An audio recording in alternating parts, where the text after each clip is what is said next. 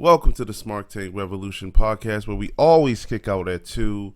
I am your host, the benevolent, intelligent Donnie Wonderful, here with Joey Business, fresh off Summerslam. Summerslam 2019. 2019. Welcome. It's another episode of WWE. Look who's booking now, because we were just saying as soon as it ended, but we had to save it for the podcast, give you all some material. We were just saying I have no idea what the hell I just watched. The last 30 minutes at least. Spoiler alert for anybody watching, or I'm sorry, rather listening. Yeah. If you haven't watched the latest or the 32nd installment of WWE SummerSlam, well, obviously we're going to go down the fight card, the match card, and obviously we're going to talk about the results. So if you haven't seen it, shame on you. Shame on you. Absolutely shame. But man, we'll go through in order. It was quite an interesting show, to say the least. So before we actually dissect it, I want to ask a question, that is connected to the show, basically our opinions of the show. Mm-hmm. And I'm going to ask again just to see, well, if I remember to ask again, because we're both tired. We're both tired as all hell. But if you had to rate this 1 to 5. Oh, 1 to 5. Yeah, 1 to 5, because 1 to 5 is harder. Okay. So you had to rate this 1 through 5. What was your overall perception of the SummerSlam 2019? I give it a solid 4, actually. Ooh. I do. Okay. I actually will agree with you. A solid 4 for multiple reasons, and we're going to get to some of those reasons as we talk about the matches on the card. Some of them I unexpectedly got emotionally involved in. Oh, absolutely. Yep. So, let's begin here. Yeah, let's start with match 1. Right at the gate, folks. And I'm looking at Wikipedia results because I wanted to specifically for one match. And if you guys are privy to WWE, and I'm pretty sure that you are, that's why you're listening. But if you guys know the card and you know who was involved, there was one I wanted to see just to check the time of it, and I'm pretty sure. Man. Leave him alone. All right. So mean. All right. So when I got here, we debated, or not debated, we have speculated on what match was going to kick off the show. Mm-hmm. And I had a feeling that since it was in Toronto, that it was going to involve a Canadian. Yep. And hate to pat myself on the back or toot my own horn. I happen to be right. You were completely right. I mean, but the thing that was funny about it was the match they chose to start the show off with could have easily been the headliner of the entire show, the way it was booked, and I was just utterly shocked. I thought it was a toss-up between Kevin Owens and Shane McMahon. I thought that was the safe bet, to be honest. Or Trish Stratus versus Charlotte Flair. Never did I expect them to go with the match they went with, which was The Man, Becky Lynch versus Natalya in a submission match. I did not see that starting the show. Yeah, and I'm actually glad that they went that route. I am too. Now, they have it listed on Wikipedia that match went 12 minutes and 35 seconds, of course, minus the entrances. And I enjoyed watching them go back and forth, applying each other's submission moves on one another. And it was just really, as Vince McMahon used to say, a real seesaw matchup. It was entertaining to me. It started off kind of slow, but then just built and progressed as the time went on. And I kind of felt that way about most of the matches I was watching, with the exception of the AJ Styles and Ricochet, which started fast, quick, and just kept going. Yeah. But yeah. I've been a fan of Becky Lynch, but she's really made me a super fan after tonight. I thought Natalya, I always believed that she was a great wrestler. Obviously, she has the pedigree, being a heart. But are you surprised with the outcome of this? Am I surprised? No. Did I want a little something different? Yes. As much as I love Becky Lynch, and I do, I really thought it was Natalia's time to take a title. Right. She's been overlooked for so very long. Now, granted, we talked about her weaknesses, which are promos. Her weaknesses are really, really glaring. However, she's so good in the ring. She's believable. Again, that pedigree. I really thought it was her time to take the belt and give her, like, a 2-month run or whatever, something. Sometimes they call it the condolence run, to just be like, hey, thanks for being here, kid. Let me give you a little bit of let me give you a shekel and flip it in your coin, your hat. But it's like, she deserves that because she did what they would call it a Cinderella run. Yeah. She deserves it. She's been there so long. And she's definitely a Hall of Famer despite all the non-accolades. She's still a Hall of Famer. And I just thought, no offense to anyone, I mean, I was hating on Seth, our other podcast, a couple months ago. Becky has really lost a ton of steam since WrestleMania in my eyes. I am a huge fan of the man and the man character and everything it stands for and all that. And I think she's a tremendous, tremendous human being. However, I think she needs a loss so that she can be built back up again because she's kind of steamrolling. Mm. And now that she's beaten Natalya, I really don't know of anywhere else for her to go other than a returning Sasha Banks. Or, I mean, do you go backwards to Lacey Evans again? I mean, who do you go against? The only other person I'd like to see her against is the person who I watched on NXT TakeOver, which was a heel Io Shirai. I would love to see Becky versus her because that would be something unique. Okay, so it sounds more or less like you just believe that she or the main character needs a breath of fresh air. Yeah, big time. Okay, that's respectful. I did agree wholeheartedly with you when you spoke about Natty and Natalya, deserving some time with the belt. She does. I thought that was going to happen, especially in being given the fact that SummerSlam was in Toronto, was in Canada. Yeah. She came out draped in the Canada flag. Oh, I loved it. I thought that everything was working well for that expectation, and we were kind of swerved a little bit because I was surprised when she tapped. That was a jaw-dropping moment to me. Great match, great opener. I absolutely loved it. Like I said, it picked up steam as it went on, and like whoever was booking the show, they really hit a home run with the opener there. Yeah, I was pleasantly surprised because it was doing so well, and the thing was, I really saw the crowd split 50-50 for Becky and Natty. Because when Becky came out and you heard the man's music open up the show, and you heard that pop, you're like, oh man, Natty's going to get booed out of the building. So she might as well go full heel. Mm-hmm. But she didn't. She got just as loud of a pop as Becky, which is very refreshing because I like when the crowd is split. And it seemed like the crowd was split like that all night long. Yeah. But that was cool. And, like I said, the outcome, I'm okay with it. I'm not disappointed that Becky won. I just think it would have been a little bit more interesting storyline-wise if Natalya got the Duke on her tonight and to see what would have occurred. Because now I don't really know where you go with Becky. So hopefully they have something. Well, they could run it back. They could run it back with Natty winning at the next pay-per-view and then maybe a rubber match for the belt at Survivor Series. And that's the thing. I think Becky's time with the belt is coming to a close. Because, once they got rid of the whole Becky 2 belts moniker by her losing one, I pretty much said, okay, this is a finite run. It's not going to go to... She's not going to next year's WrestleMania. Although I did hear a rumor of her possibly keeping the belt until Ronda returns. Wow. And that's another topic in itself because I've seen some really interesting, cool stuff with Ronda and her channel. Go check it out if you get a chance. It's hysterical.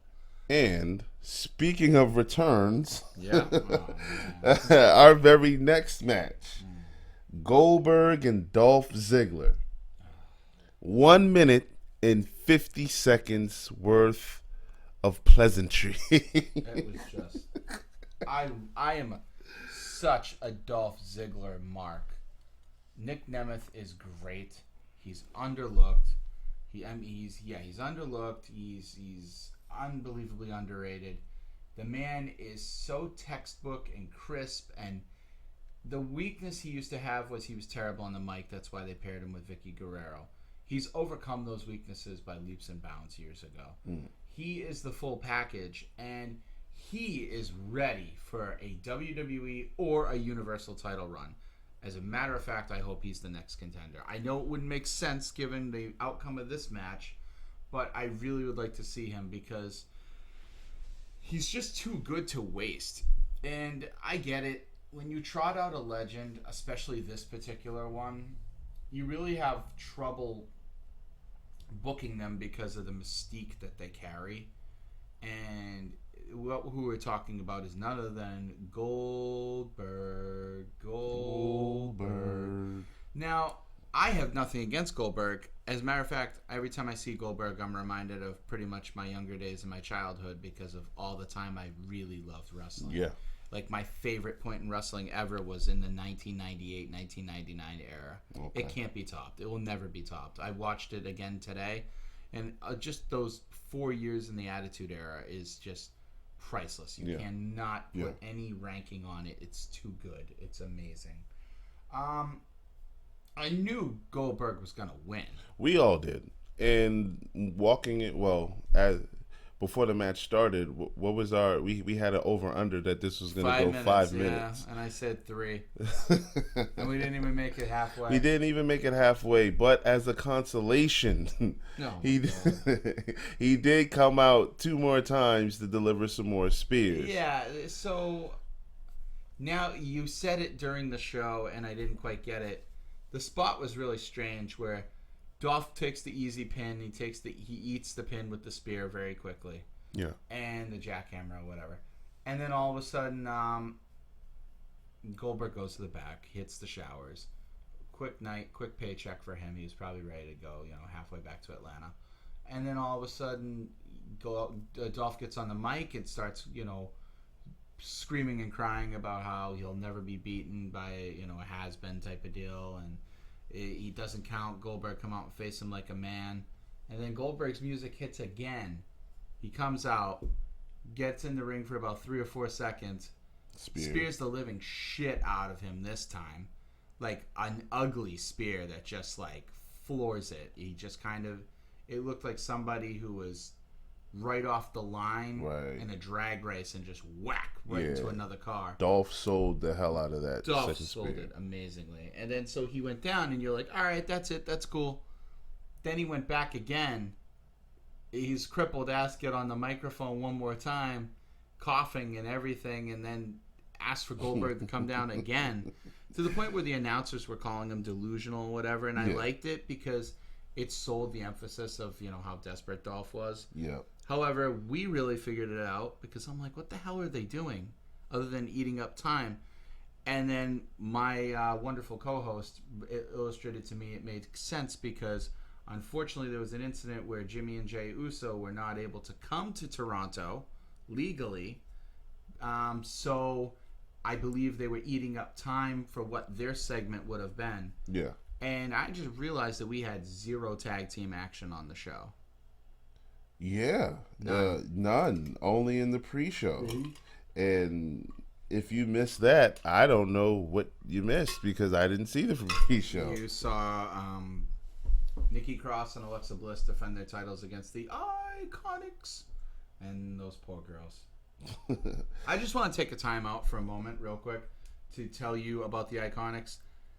Monday Night Raw does not always show you everything. So the Iconics lost their belts on Monday Night Raw in a 4-way tag, which saw them get eliminated first, which is really hurtful when you are the champs going in, especially undefeated champs. Mm-hmm.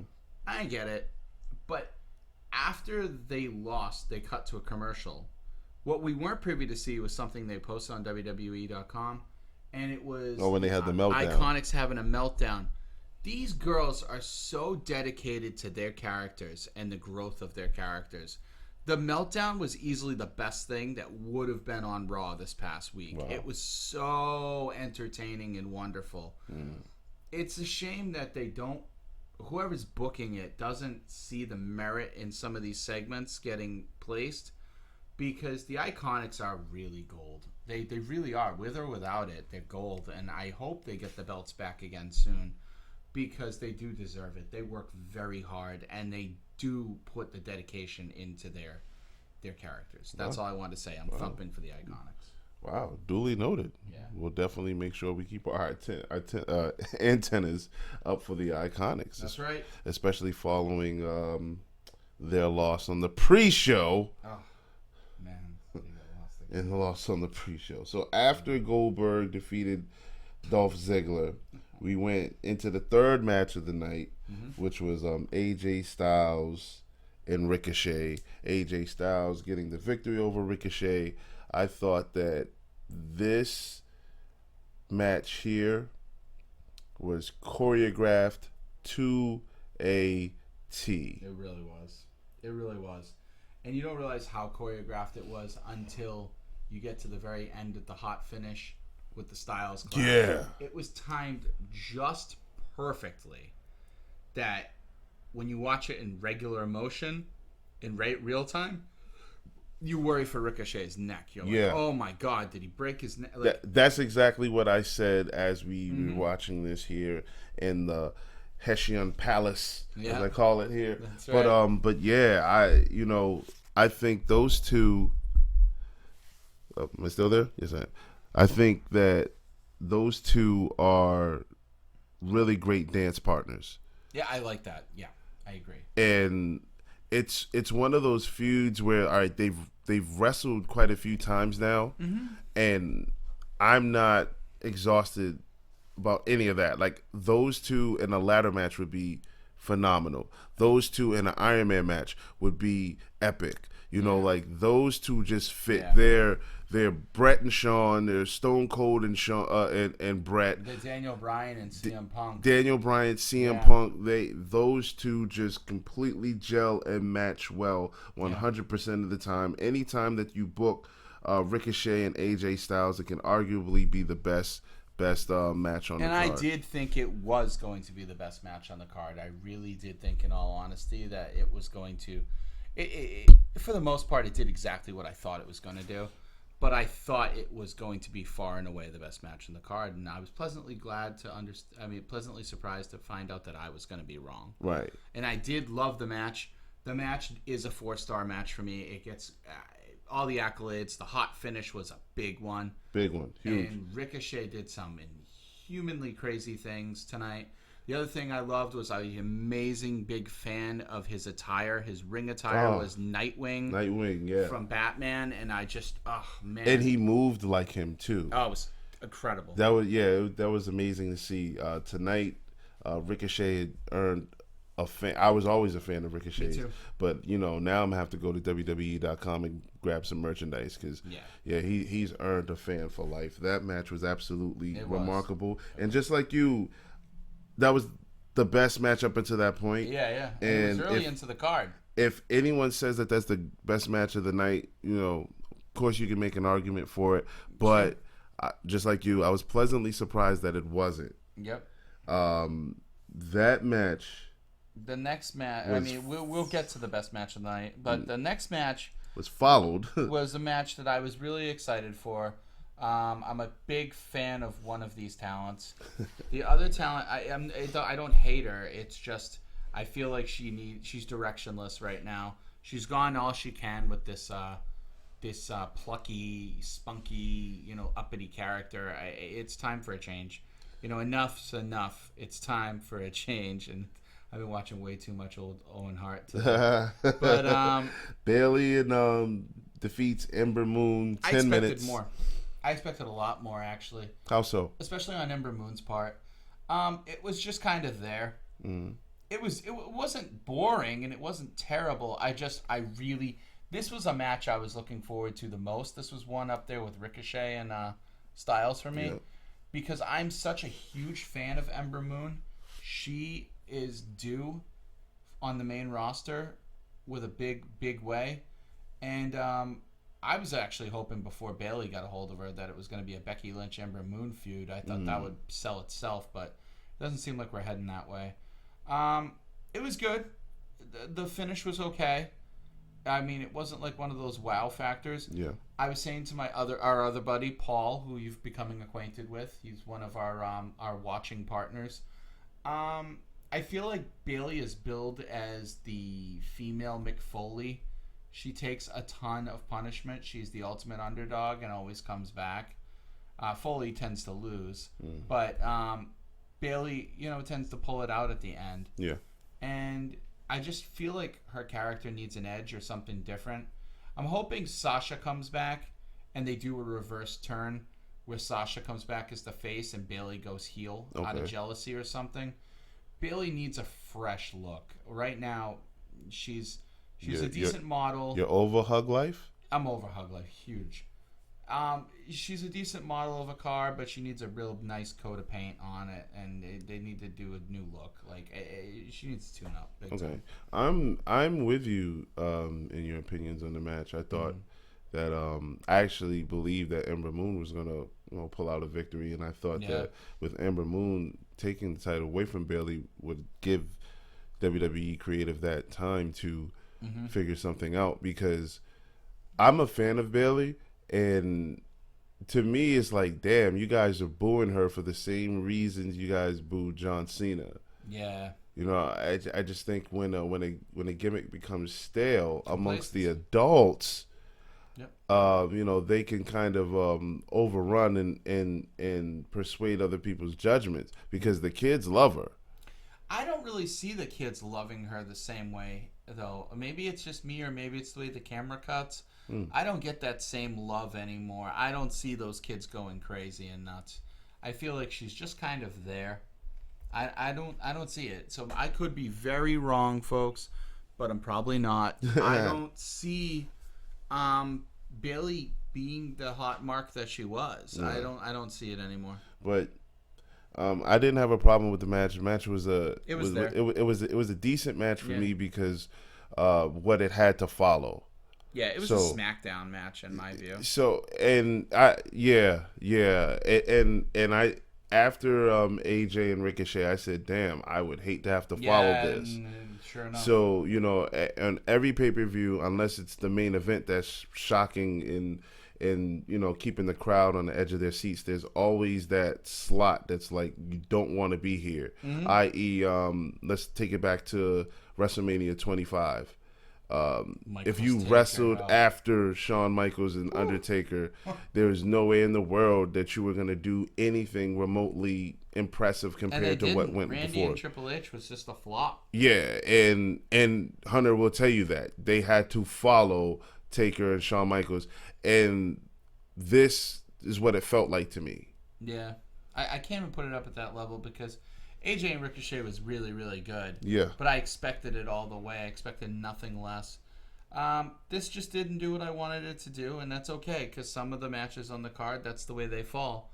I want the feud to end. I don't want to see Ember again go against her. I'd like to see Ember go against somebody else who might do her a little more like justice. You said, Becky. Yeah, I mean, but that's the problem when you have her lose to Bayley. You can't really throw her against the man. So I want to see... I don't know who I want to see Ember go against. Maybe Carmella. I don't know. Something to build her back up. Okay, so I guess that this feud or this match really leaves more questions as to where do we go from here. Yeah, absolutely. with both of these women, great wrestlers. But like you said, I felt like they had a hard slot following AJ and Ricochet, but after them. We got Kevin Owens defeating Shane McMahon. 9 minutes and 20 seconds. The reign of Shane is over. Thank God. The reign of Shane. I love Shane McMahon. I've been a Shane McMahon fanboy since 1998 and 99. I loved him. Love him as a heel. Love him as a babyface. Yeah, I love him as both. But I was just, this best in the world run has hit its course, and if it was going to come at the expense of no Kevin Owens on my TV for a while, I wasn't accepting this at all. I liked it. It was good. It was for what it was. I didn't expect a 5-star or 4-star classic. I just expected a good little match. Poor Elias, though, just kind of being thrown in there as fodder. But, well, to me, he redeemed himself by because his participation in the match was absolutely impeccable to me. Yeah. And I love the whole spot where Shane is they're tempting Kevin to disqualify himself, because the stipulation was if Kevin Owens loses, he would have to quit the WWE. So here he has a chair, and they're slapping him and they're berating him. They're like, yeah, please go ahead, hit me. And that was an element that just wasn't anywhere else on this card. So it made it interesting. It made it a real interesting watch. Now, I knew he wasn't going to do it, but just the fact that the temptation was there, it got me at the edge of my seat. Like, so that was interesting. I'm glad Shane lost. Kevin Owens hit the stunner. He does a nice stunner. A nice stunner. I think since Austin, he's the only one I'm okay with doing the stunner, because he has the force to pull down on the stunner. The only thing he needs to learn is exactly what Austin said. It'll take his stunner from a B+ to an A+, is if he can get the right kick in. The kick to set it up is really, really weak. It's like this air kick, and I don't know. And I missed the pop-up powerbomb. I get why they don't do it. It's more of a heel move is the pop-up powerbomb, but allegedly. Yeah, I think the stunner would serve better as a setup to the pop-up powerbomb, like a signature move in the video games. But like I said, the reign of Shane is gone. I think Shane needs to take a break off TV for a little while. It'd be nice. Bring back Stephanie. I miss Stephanie. That's what I assume. I think so. Is happening here so. with Shane losing, and I thought they kind of hinted toward that, because Kevin's rebuttal to him agreeing on the stipulation that he had to quit was him challenging Shane to also do the same. And Shane said no. But from there, I said I feel like Shane's going to be off TV for a little bit. Yeah, and that's okay, because he's had a long stint since he's come back. He hasn't really stopped. Yeah. And he's been overseas. He's been, in Saudi Arabia. He's gone everywhere where the card is gone. Yeah. And he's probably been away from his boys and his wife a little bit too long, and he probably, hey, it's time for me to take a break, and I'm cool with that. And when Shane comes back, the McMahons are the only people, I will say this, the McMahons are the only people in the history of the WWE or wrestling, besides the Big Show, to be so versatile that they can be a heel on one show and a face on the next, and then a heel back again. And you'll buy it every time. Every single time. Before the turn, you always eat it hook, line, and sinker before Vince turns, or before Shane turns, or before Stephanie turns. There's something so captivating about the McMahons, the way that they do stuff, the way they do business on TV, that you buy into it every single time. So I expect when Shane comes back, he'll be whatever he wants. If I most likely the formula is you leave a heel, you come back a face, because you've been gone so long. So I would expect that to occur too, until he probably does something dastardly.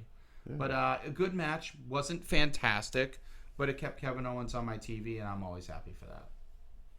All right, and from there, and I think this is kind of unanimous. Yes. I sat next to you watching it, I had goosebumps during this match. Charlotte Flair defeating Trish Stratus, 16 minutes 40 seconds. Trish Stratus's retirement match. Now, genuinely, the retirement match is passing of the torch. Yeah, the passing of the torch, and you pretty much know who's going to win, unless you're Hulk Hogan. Right, yeah. And then it's up in the air. It is up in the air, but this, during it, we had to Google Trish Stratus's age. Yeah. I said, man, she really looked great. Yeah. Performed great. I thought that it started off a little slow. It did. But just like I said, the theme of the night earlier was the more the time ticked on that clock, the higher the match is elevated. That's what I liked about this. This is the match out of all the matches up to this point that had a complete, cohesive, true storytelling. Yeah. I loved it because, like you said, it started off a little sloppy to the point where, all right, this could be a botch fest. But as it built, Yes, and it did. built and built, and then it hit a crescendo, and then it built and built, and by the time it built so much, we were so invested in it. Yes. It was the only match all night, no matter what, that made me feel this way.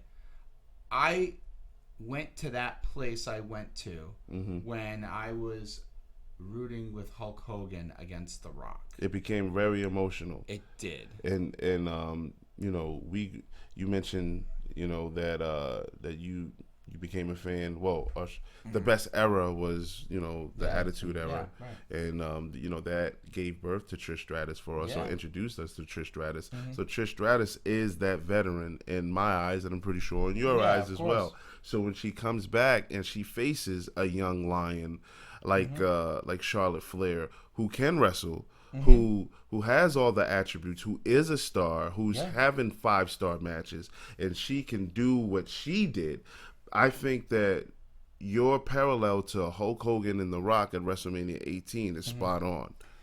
Spot on, because I felt the same thing. I thought I was overselling it at first, but now that I think about it more, and now that I'm talking about it, I do think it's spot on, because logic dictates Charlotte is at the top of her game. She's the elevated. In her prime. She's in her prime, and as much as I like Becky Lynch and love Becky Lynch, Charlotte, to me, there's no one better than her wrestling-wise on that roster as far as women go. And I'd argue even most of the men. Charlotte is just deserves all the accolades she gets. It gets tiresome sometimes when they're thrown at her, but she is deserving of them. So logic dictates Charlotte was always going to win this match. And I have a challenge for anybody listening. Since the demise of the Divas Championship, find me a terrible Charlotte Flair match. Yeah. I dare you to look for one. And it will be hard, too. If you find one, I don't even think it'll be terrible. I think it will be maybe not the best. However, the thing about this, what made this so beautiful, logic always dictated Charlotte was going to win. It's the way it goes. But it tapped into that part of me that is such a fan and has nostalgia. It unwillingly tapped in and pulled out this voice that was like, oh my God, I want Trish to win. Yeah. Like, I want Trish to win, to the point where I was getting angry that there was a possibility Trish was going to lose. Right. That's when you have good storytelling. When they pull the emotion out of you, not just the spectacle of them flipping around in the ring and, you know, doing things in the acrobatics and everything looking so crisp and nice and, you know, poised. It's the emotional aspect that most of these matches do not connect with younger viewers these days, or newer viewers, because they don't know how to pull from those depths. Right. This match, it's my favorite match on the card all night. Ditto. No matter what. Ditto. I loved it. It delivered fully. And even in loss, Trish still looked fantastic. I think she finally got the retirement match she absolutely always deserved. Yeah. And I hope she doesn't come back again, but I know there's a part of me that wants her to. If she could pull on this performance, I'm fine with it. I wouldn't mind her being at a Mania or something like that. But otherwise, this was a great way to go out, and I can't think of any other way for it to have gone. Yeah, 100%. So this was a 5-star match. I mean, a 4-star match. 4-star? Yeah, the ratings for... Yeah, 4-star match. Yeah. My favorite of the whole entire night. By far. Like I said, the most emotional one. You know, I like to correlate it to... you know, I grew up a real big Roy Jones Jr. fan, and in boxing, and Mike Tyson fan. So, like, towards the end of their career, when they started losing, like, you know, it would hit me emotionally. And, you know, just like you said, like, that's how you felt. Like, I wanted Trish to win. I wanted Trish to win. Every near fall was, you know, let's go, Trish. And I don't even think that there's a word for that, but that's exactly what I was saying in my heart. And when Trish Stratus put the figure 8 on Charlotte,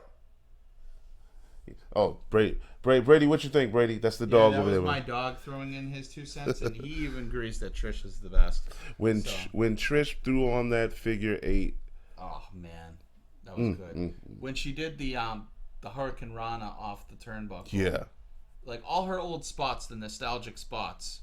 I actually believe she could have put Charlotte down with the Stratisfaction Bulldog. Yeah. But she kicked out, of course. Of course. And like I said, there's really not much more to say about it other than what a wonderful send-off. Yeah. What a great place for it to go. It's her hometown.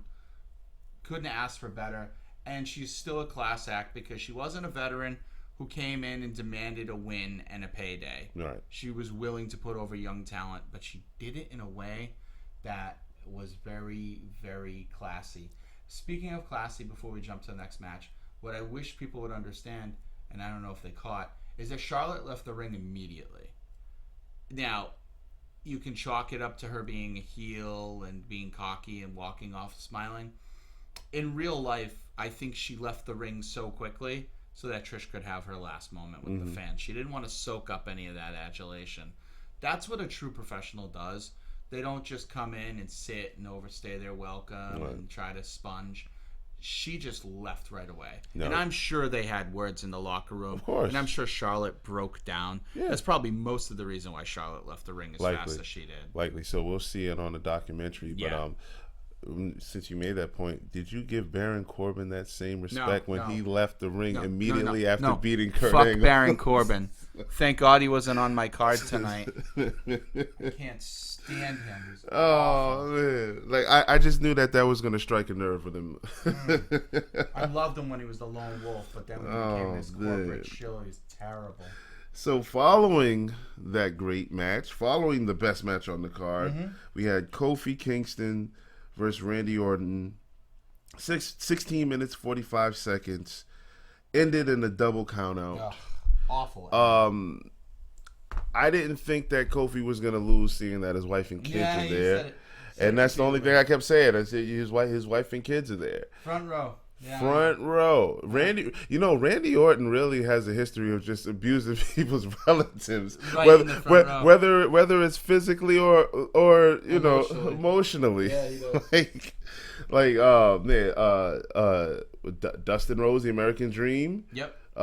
John Cena Sr. and I'm pretty sure that there's more, but tonight, Kofi Kingston's wife and children. Yeah. Shout out to John Cena Sr., who's a friend of ours. We happen to know him quite well. Yes. And we were talking about some of his past performances on WWE TV, and it's interesting how Randy has come all the way manipulating and just being a dick to people's families. He's made a great career out of it. Yes, he has. They played the 10-year history, stupid, okay. And then there was a spot where he caught Kofi with an amazing RKO. The RKO was wonderful. The last time I saw him do an RKO like that was when he caught Evan Bourne years ago, if you remember Evan Bourne. Before it was Matt Sydal. Evan Bourne years ago on a Monday Night Raw when he was doing the airborne, he just wham, caught him right in the ring, and you're like, wow. The connection and the timing of Randy Orton, even him getting up there in age, which is funny because he's only a couple years older than us, but he still got it. He's still really good.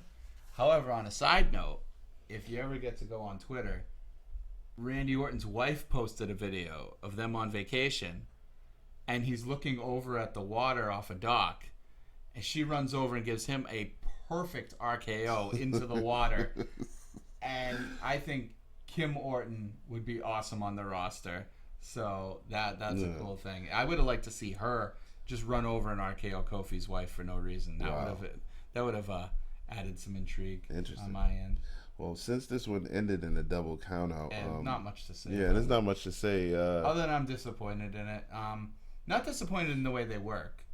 I'm really glad, and I think maybe down the line we're going to get a stipulation match, probably next pay-per-view. Yeah, this is definitely going to be a continuing thing. I mean, anytime you talk or mess with a man's family, you know that the feud's going to last. So, we'll see on Raw tomorrow night.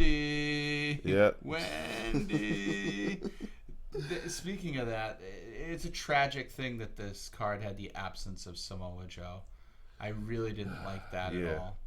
And not Orton, and Roman too wasn't there. Roman wasn't But there. I really thought, I could be wrong, but I thought Roman versus Drew was advertised. It just kind of went nowhere. Well, even if it was, I mean, it's a Monday Night Raw match. Yeah, I mean, if it was, I mean, we've seen it like so many times. you know, but Drew's not on the card again. Like, why? Yeah. Now, after this, we got treated to my favorite. Is besides Trish being the best match of the night with Charlotte, this was by far and away my favorite moment of the night, and it was easily the most entertainment thing on the roster. So we're talking about Finn Balor, James Dean Finn with his white coat and his collar flipped up in any color, versus the reinvigorated, introduced Bray Wyatt as the Fiend. And I want to point out that I knew Finn Balor was in trouble the moment he came out first, and he was Finn Balor and not the Demon King. As soon as we saw him in regular Balor attire, we were like, well, this match is over. But what we were waiting for and what everyone was waiting for was what kind of entrance was Bray going to have? What was going to be, his new gimmick? Did not disappoint. We got treated to glimpses of it. Yeah. So I thought they were going to go that horror route of him having no music whatsoever.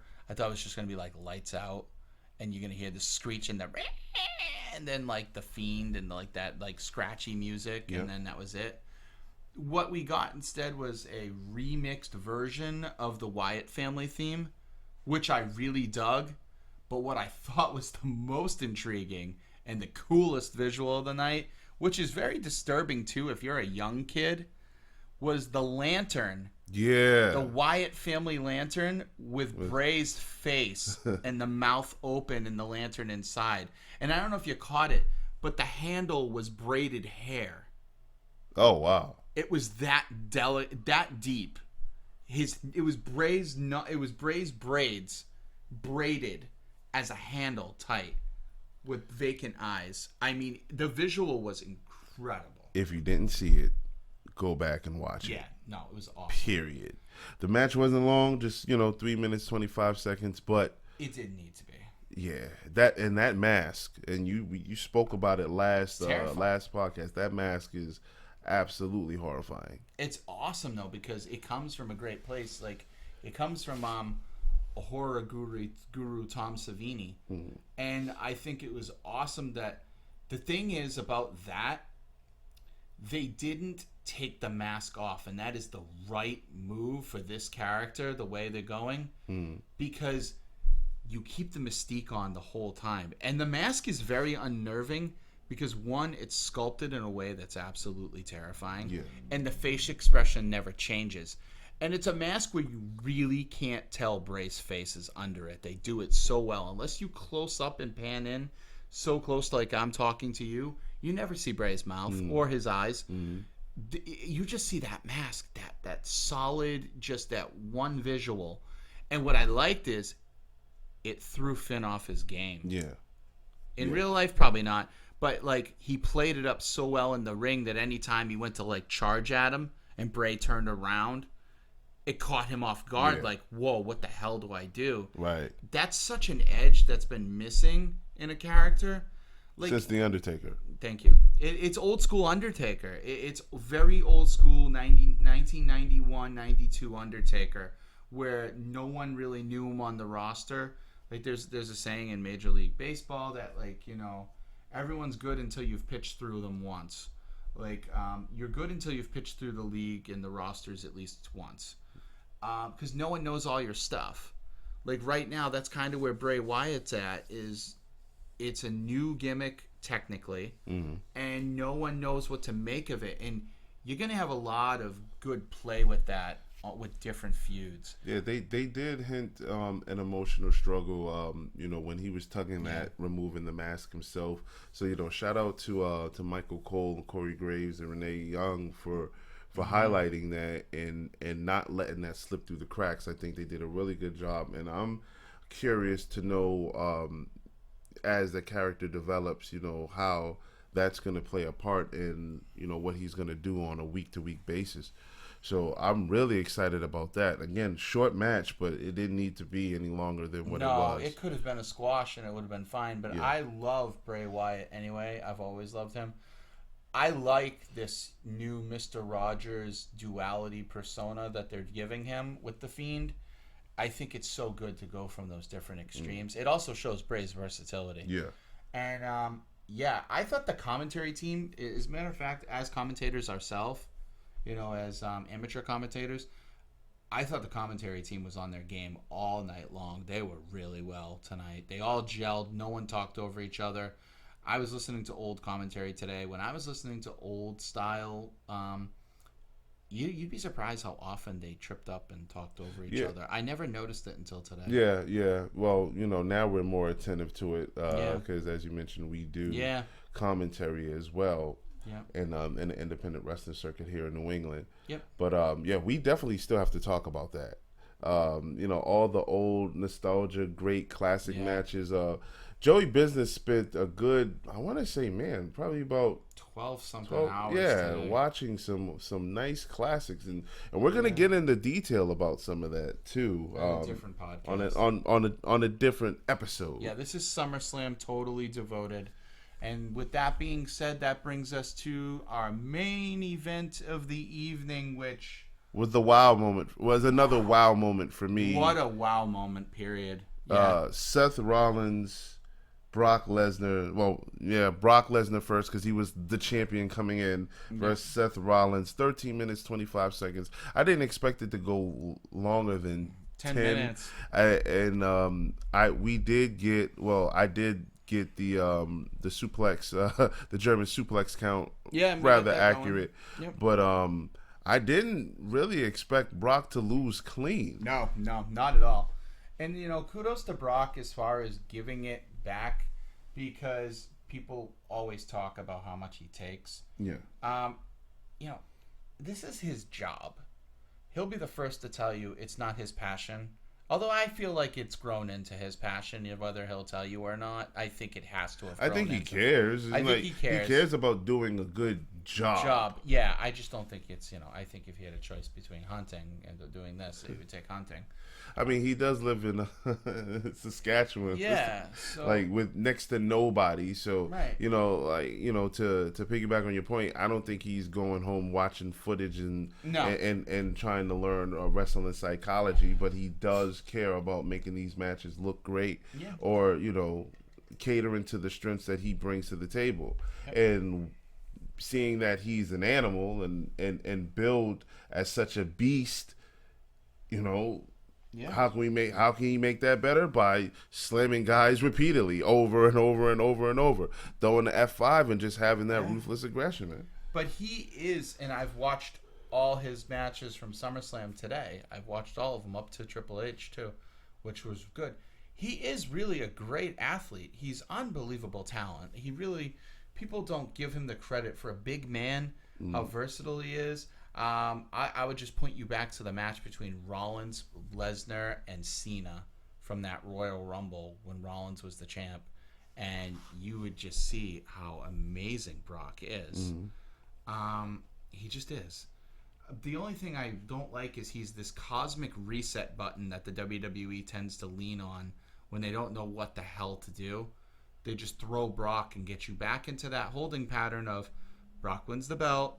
Now he holds it till Mania. Now he signs a new contract, goes away. Brock holds it till Mania. It's just rinse, wash, repeat attitude. It's a formula that they have, but I was interested in. All right, so once Seth got the 1, 2, 3, I immediately looked over to you because I was still in shock. Yeah, I was interested in your take on it because our last podcast you mentioned that you felt that Seth was getting stale. And I still feel he's stale. And you still feel he's stale, but yet he's the champion yet again. Yep, so after tonight, I stand by what I said. I stand by what I said. I'm doubling down. Seth isn't the guy right now.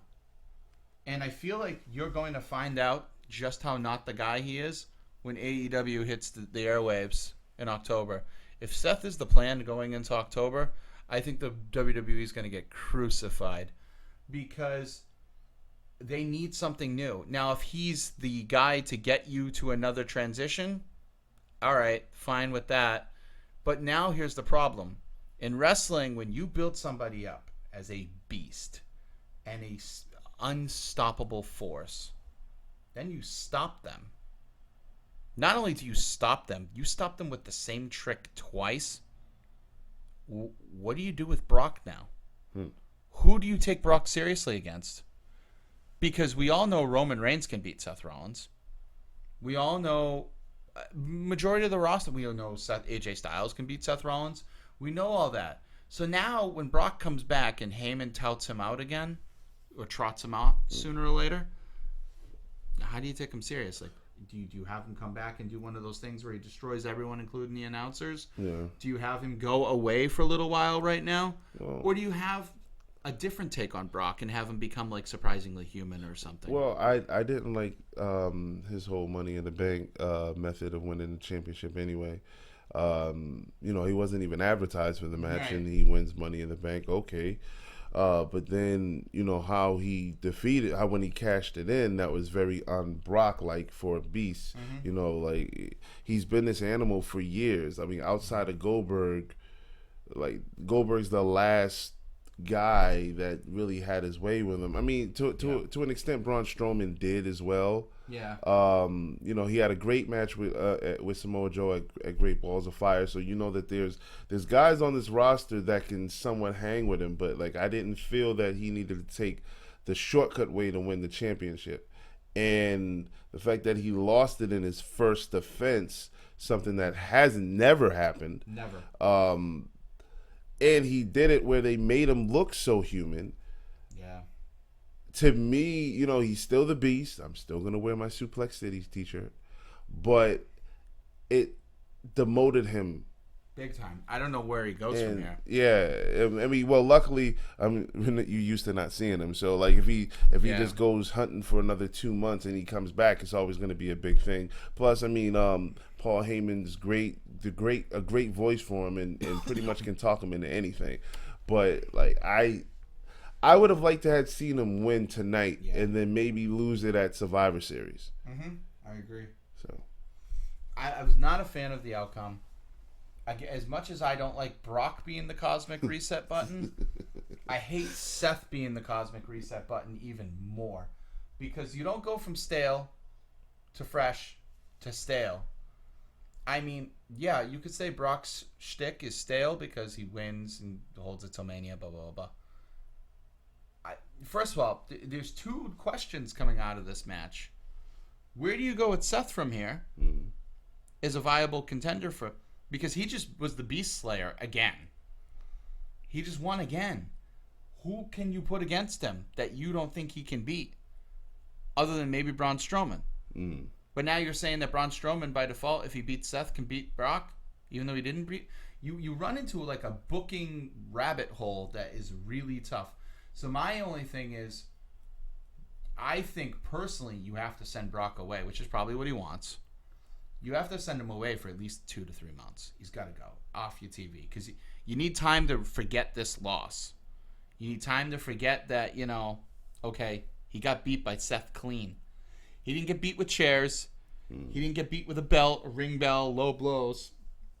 He just got beat by good old-fashioned grit and a super kick party that would have made the Young Bucks jealous.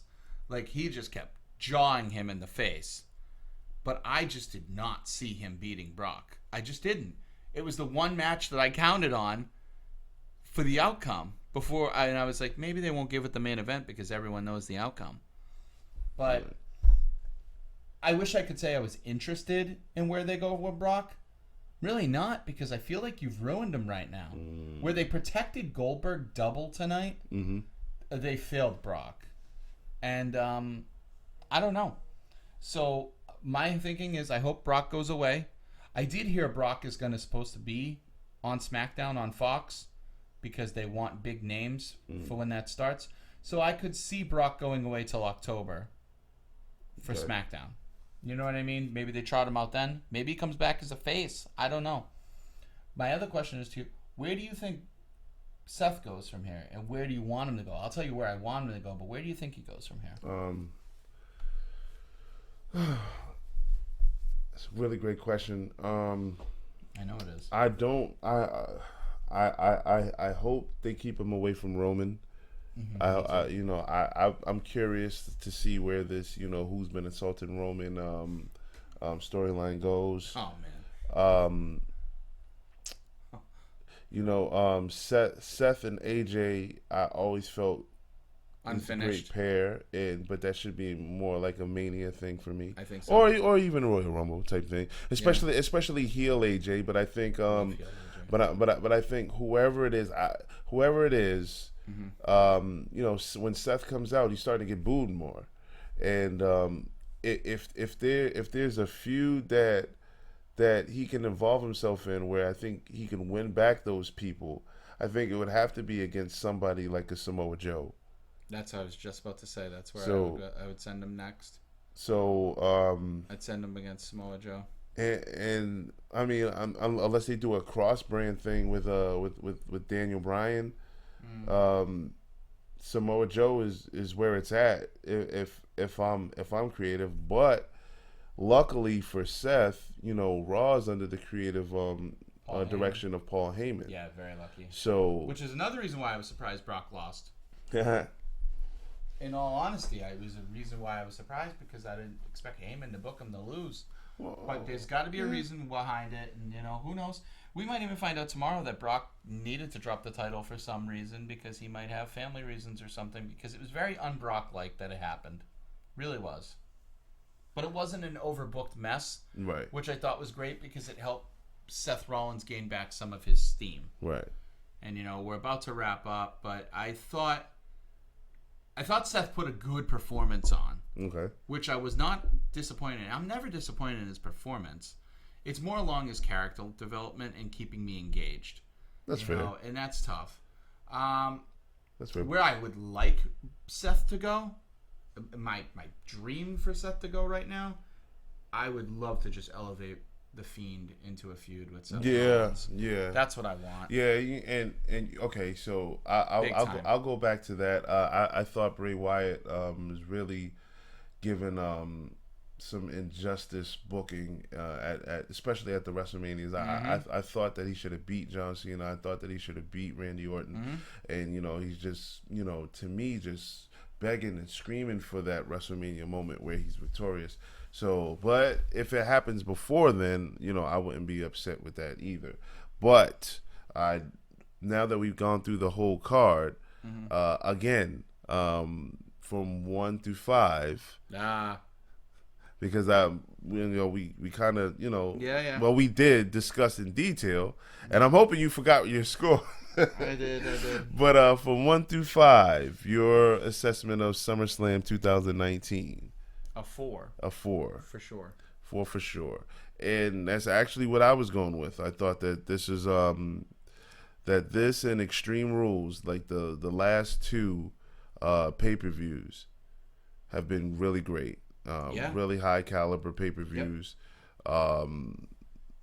I guess the third, in my opinion, would be Royal Rumble, and then I thought WrestleMania was way too long.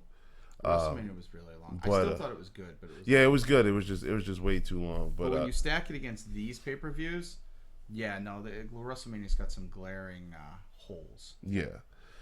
So that's our assessment of SummerSlam 2019. We unanimously give it a 4. Absolutely.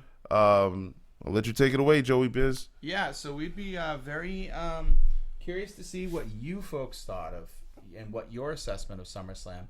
And before we get off there, this is a question for you guys below in the comment section as well. What is your favorite SummerSlam match of all time? Ooh. And I have 2. Okay. One would be Michaels versus Bulldog, 92 main event. Well, Bret Hart versus Bulldog. Bret Hart versus Bulldog. I'm sorry, Bret Hart versus Bulldog main event. Okay. And not just because I watched it today, just because it stacks up there. Okay. And then it would have to also be the Shawn Michaels versus Triple H 2002 unsanctioned return match. I absolutely love that one. Mind you, that Shawn had been out of the sport for 4 years. Yep.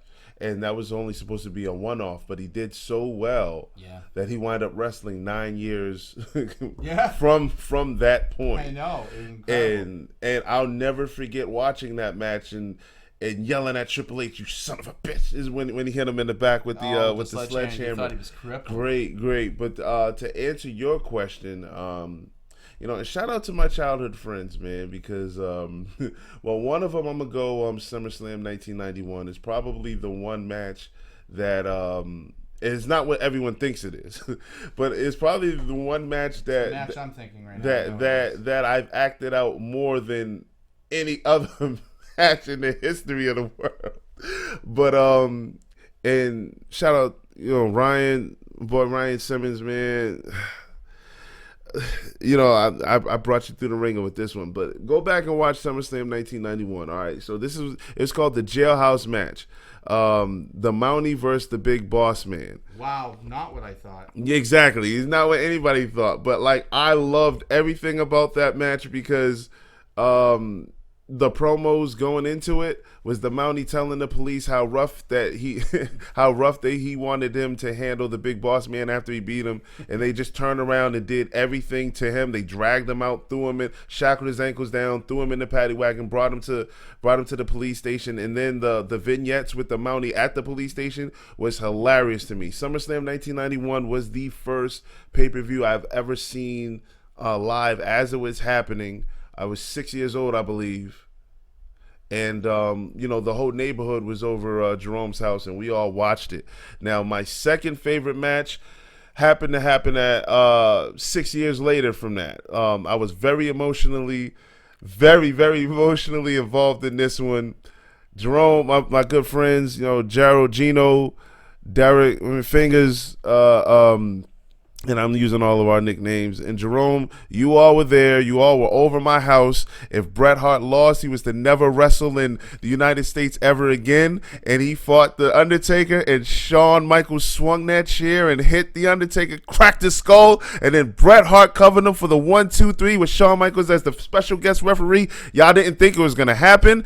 The 13-year-old in me's coming out right now. I told you. I told all of you. Bret Hart is winning this match. And once he did, I was the only one. Now, granted, it was my house. I was the only person cheering. Those two, my favorite SummerSlam matches. Heart and soul, baby. And we're interested in hearing yours. So please like, share, comment what your favorite matches are. And subscribe. And let us know what you thought of our SummerSlam 2019 assessment. We will be back sooner than later. Thank you guys for listening. Take care.